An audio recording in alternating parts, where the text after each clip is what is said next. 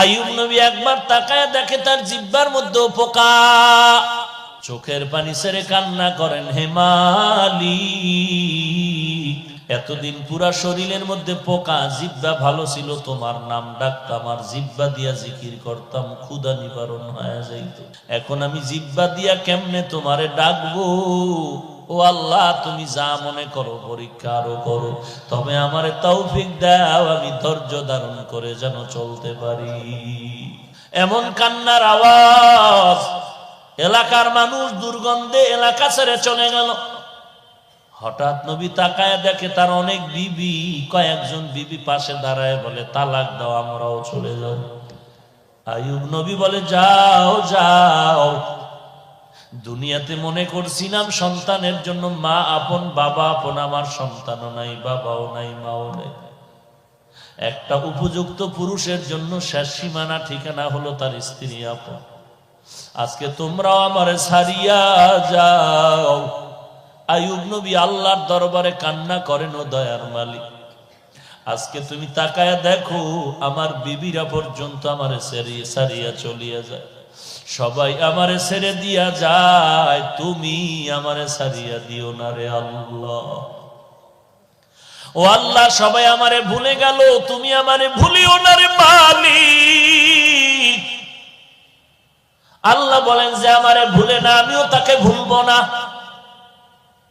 আইয়ুব নবী তাকায়া দেখে সবাই গেল, একটা মাত্র বিবি ইউসুফ নবীর কন্যা রহমা নামের, সাধারণ সবাই জানে যার নাম রহিমা। আইয়ুব নবীর একমাত্র বিবি রহমা আইয়ুব নবীর পায়ের কিনারায় বসে বসে গুনগুন করে কান্না করে। আইয়ুব নবী ইশারায় বললেন, বিবি কেন তুমি যাও না? রহমা নামের বিবি চোখের পানি ছেড়ে কান্না করে বলেন, পয়গম্বর, আমাকে আপনি তাড়াইয়া দিবেন না, আমার জীবনের শেষ পর্যন্ত আমি আপনার খেদমত করিয়া জীবন শেষ করতে চাই। কারণ হলো আমি রহিমার কোনো আমল নাই।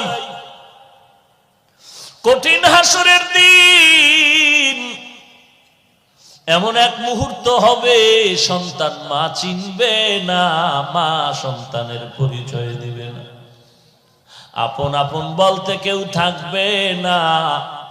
নবীদের অবস্থা বড় করুণ, কান্নার আওয়াজ। ওই কঠিন সময় সূর্য মাথার উপরে, জমিনটা হয়ে যাবে তামা, সূর্যের তাপে গুনাহগারের মাথার মগজগুলো টস টস করে ফেটে যাবে।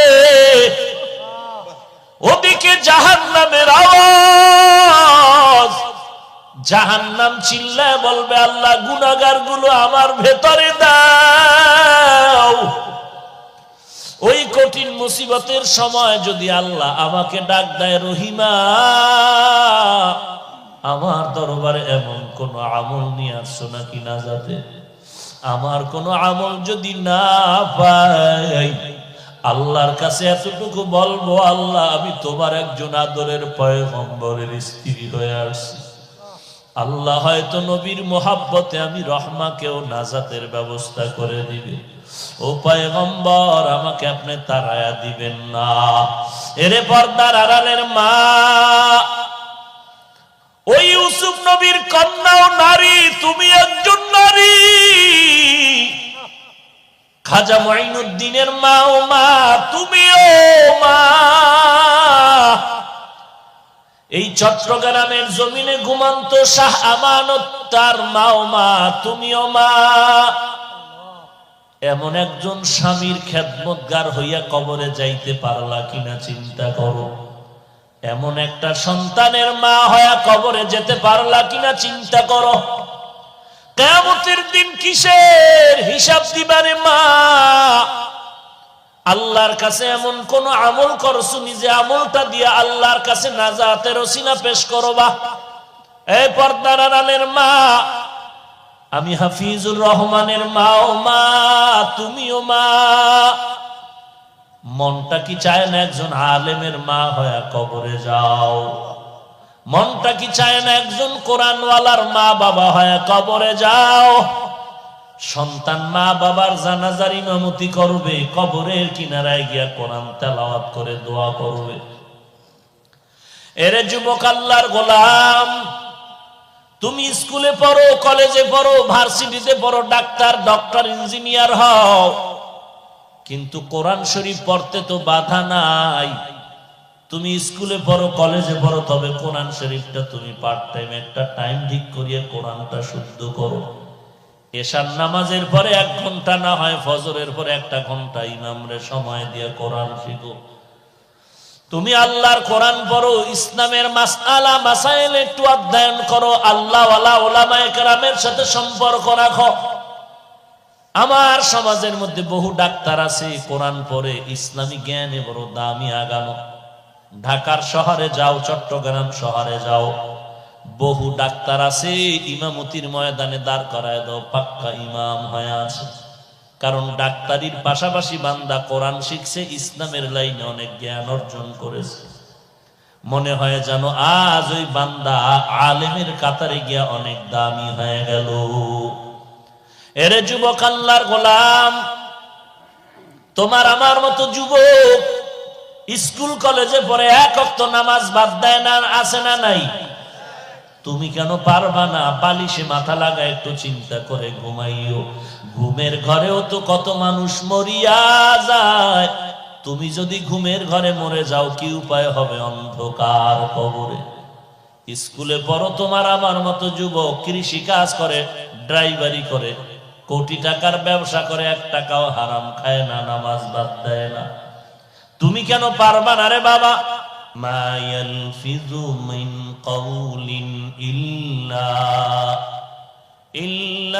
লাদাইহি রাকীবুন আতীদ।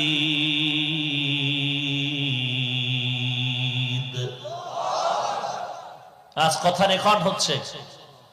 যেই আল্লাহ বান্দার মাধ্যমে দুনিয়ার মানুষের কথা রেকর্ড করাচ্ছেন, সে আল্লাহ কুদরতি ভাবে কি রেকর্ড করতে পারবেন না?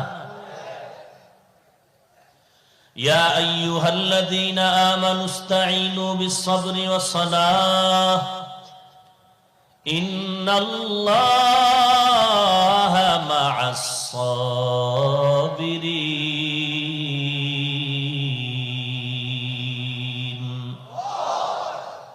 আল্লাহ বলেন সাহায্য প্রার্থনা করো সবর ও সালাতের মাধ্যমে। এতক্ষণ আলোচনার জানা যেটা বুঝলাম, আমরা একা একা কেউ স্বয়ং সম্পূর্ণ হতে পারবো না, কারো না কারো সহযোগিতা লাগবে। কি লাগবে?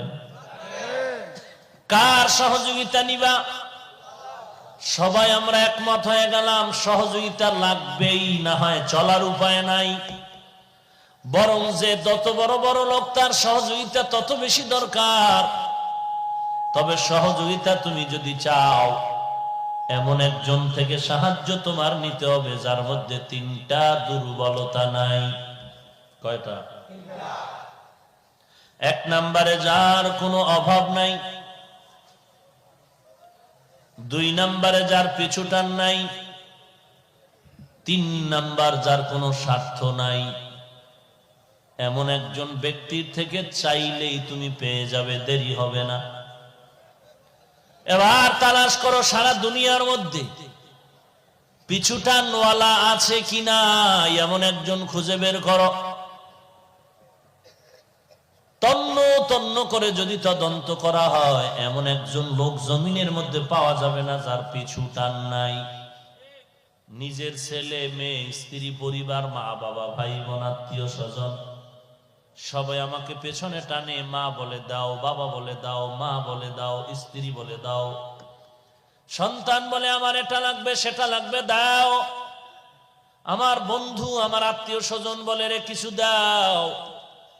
তাহলে পেছন থেকে যদি এত হাত আমাকে ডাক দেয়, এটা দাও সেটা দাও, এত লোকের মন রক্ষা করে আমার একা সামনে কারো সহযোগিতা করা সম্ভব হবে না। তাহলে আমরা জানলাম পিছুটান ছাড়া দুনিয়াতে কেউ নাই, প্রত্যেকটা মানুষের পিছুটান আছে। 2 নম্বরে অভাব। অভাব ছাড়া এমন একটা মানুষ জমিনে আছে কিনা তালাশ করে দেখো। 1 মিনিট আগেই তো বললাম যে যত বড় ধনী সে তত বড় অভাবী। গরিবের 500 টাকা হলেই তো তার অভাব মিটে যায়, আর ধনী লোকের 1,00,000 টাকায় তার অভাব মিটে না। যে যত বড় বড় লোক টাকাওয়ালা সে তত বড় আশা হয়, তত বড় অভাবী। কি পরিমাণ অভাব! একজন আর আছে খায় না, আর একজন আর নাই পায় না। খেতে চায় পায় না, এক কপাল ভরা। আর একজনের সামনে খানা রেডি, খেতে পারে না, ডবল কপাল ভরা। মনে চাইছিল ইলিশার পান্তা খাবো, কতজনার মনে চাইলো নদীর মাছ, সাগরের মাছ, এত দামি দামি জিনিস খাবে, কিন্তু মনে চাইলো টাকা দিয়া কিনতে পারে নাই, খেতেও পারে নাই। আজকে টাকাও আছে, খানাও আছে, ডাইনিং টেবিলে 13 রকমের গোশত, 14 রকম মাছ, 15 রকম ভর্তা আর শাকসবজি। তাকায় তাকায় দেখবে, খাওয়ার কোনো উপায় নাই। ডাক্তারের রেড সিগন্যাল লাগানো, খাইলেই মরণ। এক সময় খেতে চাইলো পায় না, আর এখন পাইয়াও খেতে পারে না। দুনিয়াতে এমন একটা লোক খুঁজে পাওয়া যাবে না যার অভাব নাই। আল্লামা শায়েখ সাদি রহমাতুল্লাহ আলাইহি লিখেন, মানুষের পেটের ক্ষুধা নিবারণ হলেও চোখের ক্ষুধা নিবারণ হয় না। রিকশার ড্রাইভার একটা ছোট্ট খেরের ঘর উঠায় থাকে, কুড়ে ঘর, পাহাড়িয়া জঙ্গলের কিনারায়। একদিন চোখের থেকে পানি ঝরতেছে, কেন কান্না করো রিকশার ড্রাইভার? বলে, টিনের ঘর না জানি কত আরামের ঘর, টিনের ঘরে থাকতে